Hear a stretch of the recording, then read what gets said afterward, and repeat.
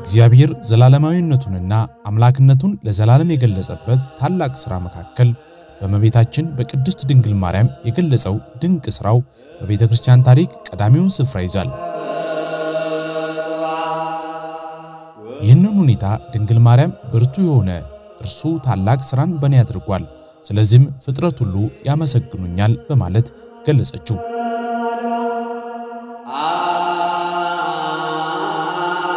ቅድስት ኤልሳቤጥም የጌታዬ እናት አለቻት። መልአኩ ቅዱስ ገብርኤል ከሴቶች መካከል ተለይተሽ የተባረክሽ ነሽ አላት። ቅዱስ ዳዊት ደግሞ ልጄ ይላታል። ሰሎሞንም እህቴ ይላታል። ለወንጌላዊው ቅዱስ ዮሐንስም እናት ሆና ተሰጥታለች። ይህንን ድንቅ ምስጢር ውስንና ደካማ የሆነ አእምሮ ሊገነዘበው ከሚችለው በላይ ነው።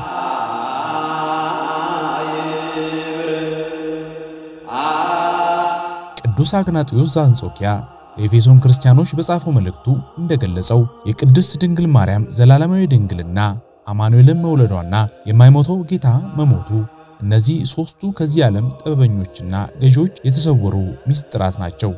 ቅዱስ አግናጥዮስ እነዚህ ድንቅ ምስጢራት በራሳቸው ከንግግርና ከቋንቋዎች ሁሉ በላይ ሆነው የሚናገሩት በእግዚአብሔር የዝምታ መጎናጸፊያ የተጠቀለሉ ድብቅና ጣፋጭ ምስጢሮች ናቸው ይላል።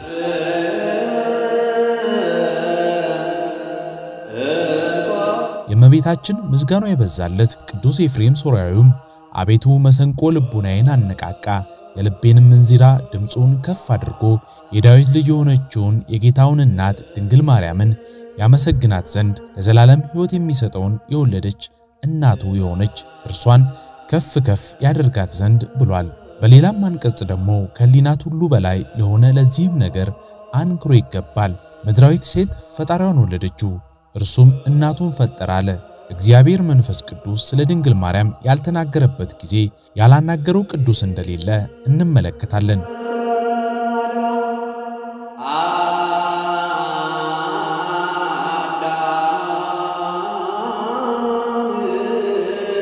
በእግዚአብሔር በመላእክትና በሰው ፊት የከበረ ሰው መታሰቢያው ለዘላለም ነው። በቤቱ በቅጥሩ የማይጠፋ የዘላለም ስምን ይቀበላል። ይህንን ታላቅ በረከት እንደሚሰጣቸው የተነገረው የማያዋሸው ቅዱስ እግዚአብሔር ነው። ከእግዚአብሔር ወልድ እናት ከድንግል ማርያም የበለጠ በሰውና በእግዚአብሔር ዘንድ የከበረ ማንን ልንጠራ እንችላለን? እንደርሷስ ሊታሰብ ሊከበርም የሚችል በቅድስና ሕይወት ያለፈ ማን ይኖራል? ቅዱስ እግዚአብሔር ፍጥረቱንና ዓለሙን ለማዳን የወሰነው ጊዜ በደረሰ ጊዜ ከድንግል ማርያም በድንግልና ተወለደ። አስቀድሞ በመልአኩ አፍ እንዳናገረ ክብሩ በእርሷ ላይ ታየ። ማህፀኗን ከተማ አድርጎ 9 ወር ከ5 ቀን በእርሷ አደረ። መንፈስ ቅዱስ በእመቤታችን ላይ የማደሩ ምስጢር ያነጻቸው ይቀድሳቸው በስጋም በነፍስም መርቶ ወደ እግዚአብሔር መንግሥት ያገባቸው ዘንድ በነቢያት በሐዋርያት ላይ እንዳደረው አይነት አይደለም። ከሦስቱ አካል አንዱ አካል እግዚአብሔር ወልድ ጌታችን መድኃኒታችን ኢየሱስ ክርስቶስ ከስጋዋ ስጋን ከነፍሷ ነፍስ ነስቶ ፍጹም ሰው ፍጹም አምላክ ሆነ እንጂ።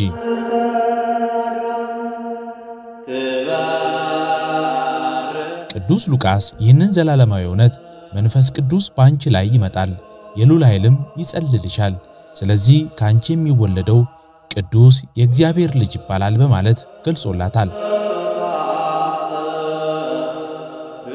ኢትዮጵያው ሊቅ ደራሲና ገጣሚ አባ ጊዮርጊስ ዘጋስጫም የእስራኤል ንጉሥ በእስራኤል ልጅ አደረ፣ የዳዊት አምላክ ከዳዊት ልጅ ስጋን ለበሰ፣ የዕብራውያን ጌታ በዕብራውያን ልጅ ማህፀን ተወሰነ፣ ለአብርሃም የዕብራይስጥ ልሳን ያስተማረው ከቀድሞም ያልሰማውን ልሳን እንዲናገር አፉን ጆሮን የከፈተለት ከዕብራዊው ድንግል ተወለደ፣ በድንግልና ወተት ጥቂት እያለ አደገ፣ የሕፃናትን ሥርዓት እንዳያጎድል አፉን የሚፈታበት ዘመን እስኪፈጸም ጥቂት እያለ በዕብራይስጥ ልሳን ሲናገር ኖረ።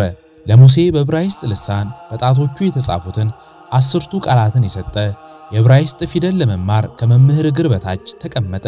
የባቢሎን አውራጃ በመሆን ሰናዖርም የፍጥረትን ሁሉ ቋንቋ የበተነ እርሱ የአሕዛብን ቋንቋ እንደማያውቅ ሁሉ እናቱ አፍ በፈታችበት ልሳን በዕብራይስጥ ልሳን ሲናገር ኖረ።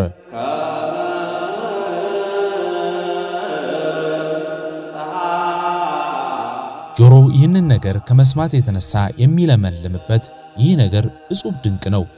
እዚህ አንክሮ ይገባል። ይህ በሰው ጥበብ በብራና በቀለም የተጻፈ እውነት ሳይሆን ለድህነት በተጠሩ ሰዎች ሁሉ ልቦና በአምላክ ጥበብ የተጻፈ እውነት ነው። ደብረ ምጥማቅ ግብጽ በምትገኘው በእመቤታችን ቅድስት ድንግል ማርያም ስም በተሰራቸው ደብረ ምጥማቅ ቤተክርስቲያን ኩልላት ላይ ድንግል ማርያም ከግንቦት 21 እስከ 25 ለተከታታይ ቀናት በመገለጧ ሕዝበ ክርስቲያኑ በዓሏን ያከብራሉ። እመቤታችን ቅድስት ድንግል ማርያም ከልጇ ጌታችን መድኃኒታችን ኢየሱስ ክርስቶስ ጋር ወደ ምድረ ግብጽና ኢትዮጵያ በተሰደደች ጊዜ በአሁኑ ጊዜ ደብረ ምጥማቅ ተብሎ በሚጠራው ቦታ ላይ አርፈው ነበር። ጌታችንም ቦታውን ባርኮ የእርሷ መገለጫ እንዲሆን ቃል ኪዳን ገብቶላት ስለነበር ጊዜውን በደረሰ ሰዓት ደብረ ምጥማቅ ተገድሞ የበርካታ መነኮሳት ባት ሆነ። በደብረ ምጥማቅም እመቤታችንም ቅድስት ድንግል ማርያም ብርሃን ተጎናጽፋና በሰራዊተ መላእክት ታጅባ ተገለጠች። በዚያን ጊዜም ሱራፌል ማጠንታቸውን ይዘው ሰገዱላት፣ እንዲህም እያሉ አመሰግኗት። አብ በሰማይ አይቶ እንዳንቺ ያለ አላገኘም፣ ባንቺም ሰው ሆነ።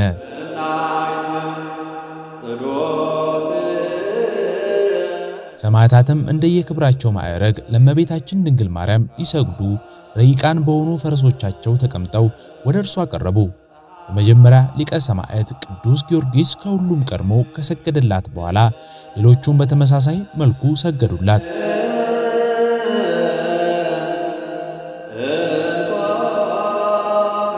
ከዚህም በኋላ ቅዱስ መርቆሬዎስ በዱሪ ፈረስ ተቀምጦ ወደ እርሷ በመምጣት ሰገደላት። ጻድቃን በአንድነት ቀርበው ለክብሯ ሰገዱላት። ቀጥሎም በንጉስ ሄሮድስ በግፍ የተገደሉት ሕፃናት ለእርሷ ሰገዱ፣ በደስታና በፍጹም ተጫወቱ። በዚያ የተሰበሰቡትም ክርስቲያኖች ኢአማንያንና አረማውያን ይህንን ባዩ ጊዜ ደስታ ተሞልቶባቸው በተለየ ዓለም ያሉ ይመስላቸው ነበር።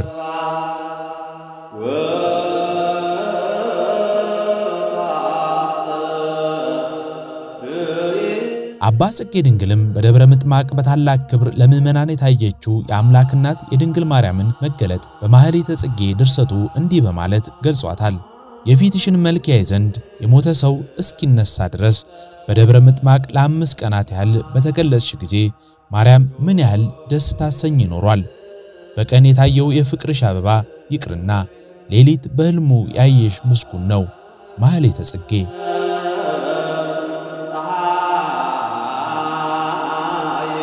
በደብረ ምጥማቅ ከተሰበሰቡት ሕዝብ መካከል እናትና አባታቸው ዘመዶቻቸው እንዲሁም ባልንጀሮቻቸው የሞቱባቸው ሰዎች ቅድስት ድንግል ማርያም እንድታሰነሳላቸው በለመኗት ጊዜ እንደ ቀደመ መልካቸው አድርጋ ታሳያቸው ነበር። አንዳንዶች ደግሞ ማረባቸውን ወደ ላይ በሚወረውሩበት ጊዜ እርሷ የወደደቻቸው እንደሆነ በእጇ ተቀብላ መልሳ ትጥልላቸዋለች። ሁሉም ለበረከት ይካፈሉታል። እነርሱም ወደ ቤታቸው ለመሄድ በሚፈልጉ ሰዓት ተሰናብተውና ተባርከው ይሄዳሉ።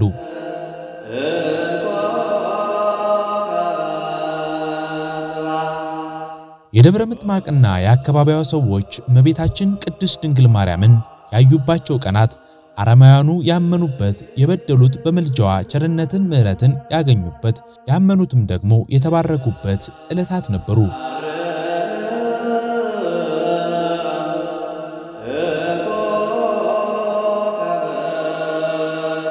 ሕዝቡ እርሷን ተመኝተው ያጡት ወይንም ጠይቀው ያልተደረገላቸው ምንም ነገር አልነበረም።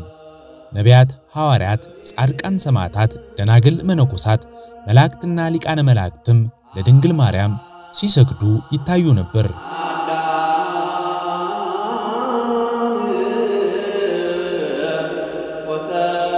ከዚህም በኋላ በዘመናት ይኖሩ የነበሩ ቅዱሳን የአምላክን እናት ለማየት ብዙዎች ተመኝተዋል።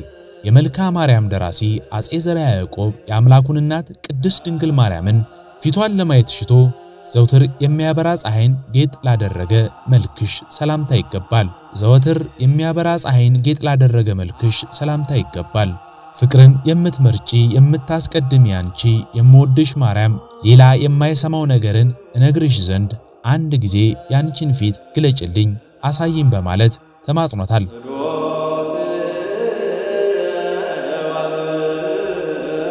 ነብዩ ዳዊት የምድር ባለጠጎች አሕዛብ ሁሉ በፊትሽ ይማለላሉ በማለት ትንቢትን እንደተናገረላት በርካታ ቅዱሳን ሰዎች ቅድስት ድንግል ማርያም ተገልጻ ለማየት ተመኝተዋል።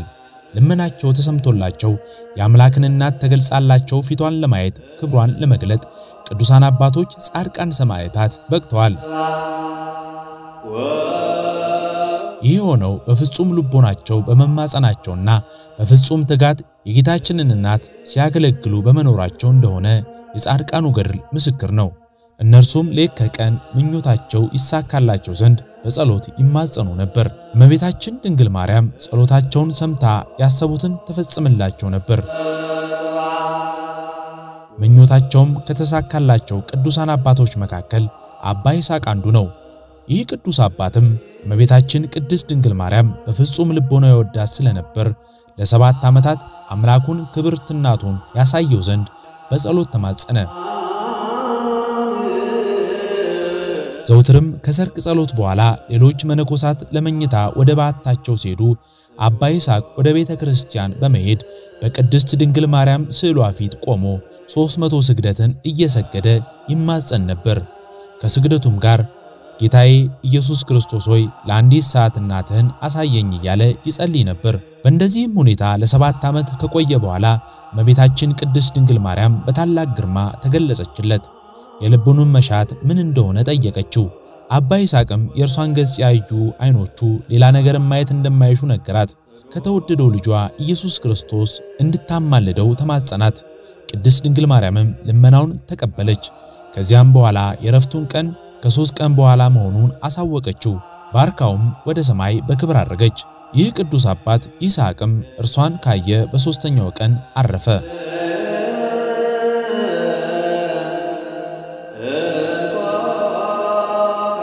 እመቤታችን ቅድስት ድንግል ማርያም በደብረ ምጥማቅ ተገልጣ የሕዝቡን ምኞት እንደፈጸመችላቸው የእኛንም በጎ መሻት ትፈጽምልን።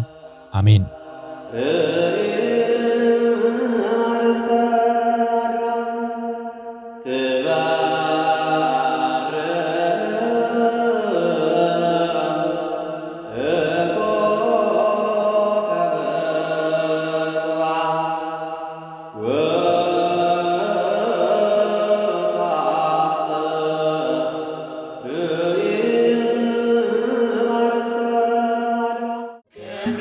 Quebra